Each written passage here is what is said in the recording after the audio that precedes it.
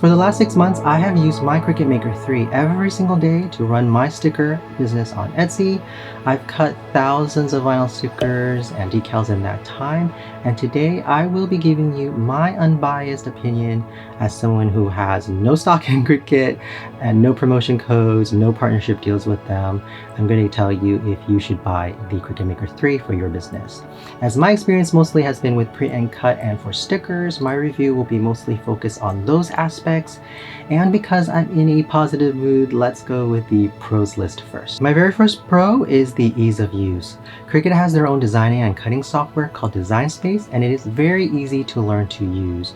When I first bought the Cricut Maker 3, I was able to get up and running within an hour or so after setting up the machine. Things like adding an outline or an offset border for a sticker is super simple. Also, there is an auto bleed feature, so if you are trying to make stickers that have no border at all, it will create a fake bleed for you automatically when you print so that you don't have to do it yourself. And in that way, you can make stickers that don't have any kind of white showing around the borders. And I really love that feature. So that is definitely a plus for me. Another major pro is the variety of uses. So there are tons of materials that you can use, and the settings for each material are already preset in the system, or you can set your own pressure settings if you wish. You can also use the Cricut Maker to emboss. You can cut paper, make greeting cards, make iron-on transfers. The list goes on and on. There are so many things you can do. In Design Space, there are free projects of all types you can make, or you can opt for their subscription, and you can get access to a lot more projects that are more advanced and are a lot cooler. You can make things like Halloween decorations, birthday cards, themed t-shirts. There's just so many varieties of things you can make. My third major pro is cutting single color vinyl. Specifically when it comes to cutting decals, I have not had any issues at all the whole 6 months. So I made a lot of name decals like this, and they all came out great. So I had no errors really. So if you are looking to make decals like this, then I would say that the machine for me scored very high in that regard. And my final major pro would be the popularity of the machines. Because Cricut machines are so widely used, there are so many resources online, so many video tutorials that you can always find answers to any issues you may have. If you're not sure of how to make a certain thing, you can always find some sort of resource article or video showing you how to do it. Because it's also popular, there are so many different materials and accessories that you can get from so many different sources. So you aren't really limited to buying like the more expensive Cricut made products. So there are a lot of less costly alternatives. For instance, the Cricut, they sell their mats for about $12, the cutting mats, but if you want, you can get them on Amazon from a different source for about $2 each. So that's a big savings. Same thing with the replacement blades. Cricut sells them for about $15 and you can get them for about $5. So that's always going to be a pro if you're able to get the ongoing supplies at a very low price. And now I'm going to move over to the cons, and the first con is going to be just the price when it comes to Cricut's pricing. So I bought my machine for $399, and I looked and I think the price is still pretty much the same. Comparatively, the Silhouette Cameo 12-inch machine is about $100 lower in cost, so that is a good amount of savings. Similarly, if you want to buy official Cricut accessories, the prices are higher than Silhouette overall, but as I mentioned before though, you can find alternatives, so that's not really a huge con for me. But just so you're aware that the pricing, if you want to get the official replacements, they are going to be a little bit on the expensive side. My next major con is going to be the speed. So for a hobbyist, the speed is fine, but if you plan on using it for a business, then very quickly it will become the bottleneck of your process. For me, waiting for the machine to read the registration marks for print and cut and then cut out the stickers was the part of the process that kind of just slowed down everything else. And once I started getting more orders, it just became worse and worse. So my typical process is I print out my orders at night, then the next day I would laminate and cut them on the Maker 3, and then I would pack them before 5 p.m. to ship them out.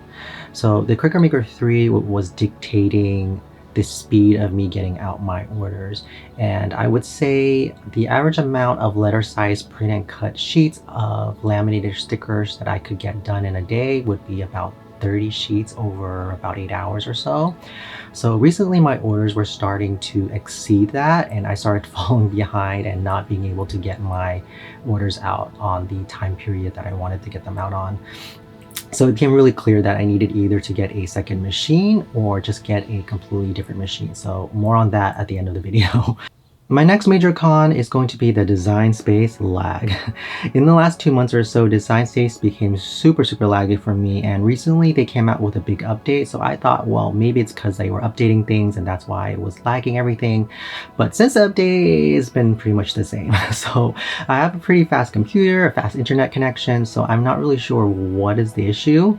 It used to be that the only thing that kind of slowed it down, the program, was when I tried to make an offset for a sticker that had like a really jagged outline or something like that, right? It would take forever. But now whenever I try to load a project, it takes forever, up to a minute sometimes, or even longer than that, which is not acceptable to me at all. And for my very last con, and this is a big one, it is the print and cut accuracy.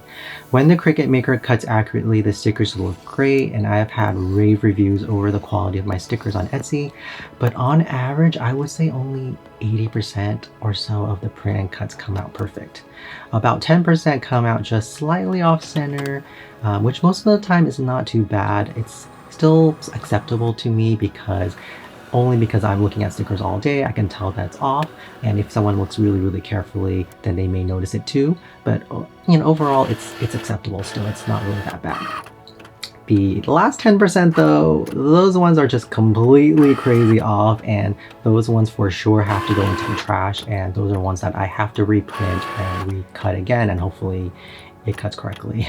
So 10% if you're using the machine infrequently is not so bad. If you're just doing 10 projects a month, then 1 out of 10 projects, it's not going to be that big of a deal to you. But if you're using it frequently like I am, then this is a daily occurrence that makes me want to tear my hair out.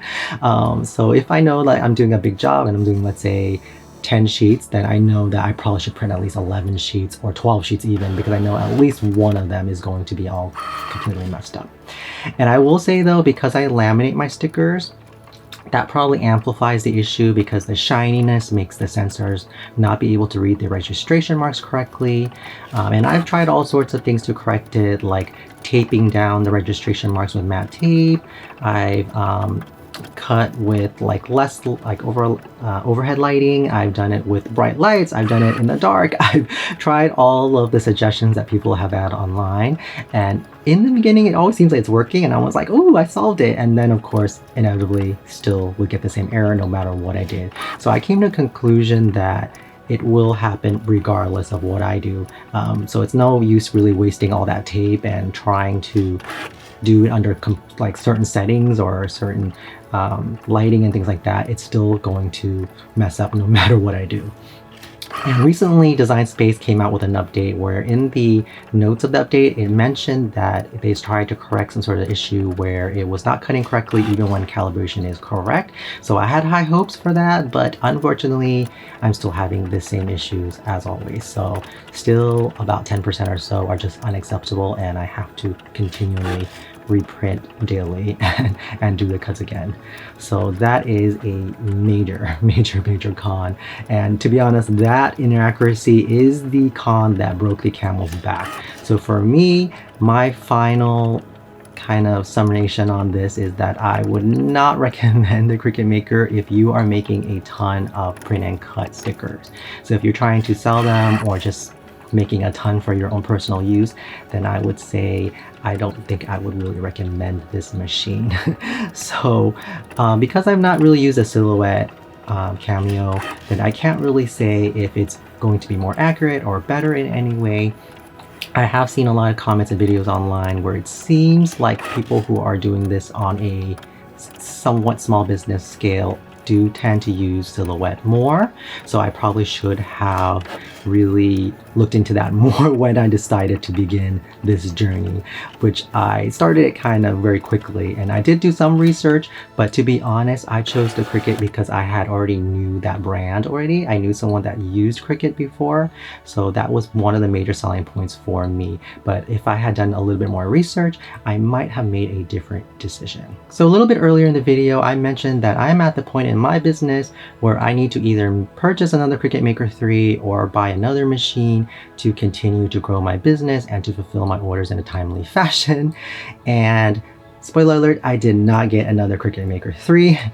What I did do is I decided to kind of jump to the next level and get a little bit more of a medium level cutter, which is the Graphtec CE 7040, which is the 15-inch version of that machine. Unfortunately for me, I have a very limited amount of space where I can do my work, so I couldn't get a bigger version, but I got the 15-inch version. And currently I am slowly learning the machine and trying to transition from the Cricut Maker 3 over to the Graphtec. And I will say the Graphtec is not super user-friendly like the Cricut Maker 3, so it has been a struggle so far, but I will leave that for another video. I do plan on making a ton of videos about the Graphtec CE 7000 and the process of me switching over from Cricut Maker to that machine. So thank you so much for watching. I would appreciate it if you like and subscribe and follow me on my journey of growing my micro business into a monster business.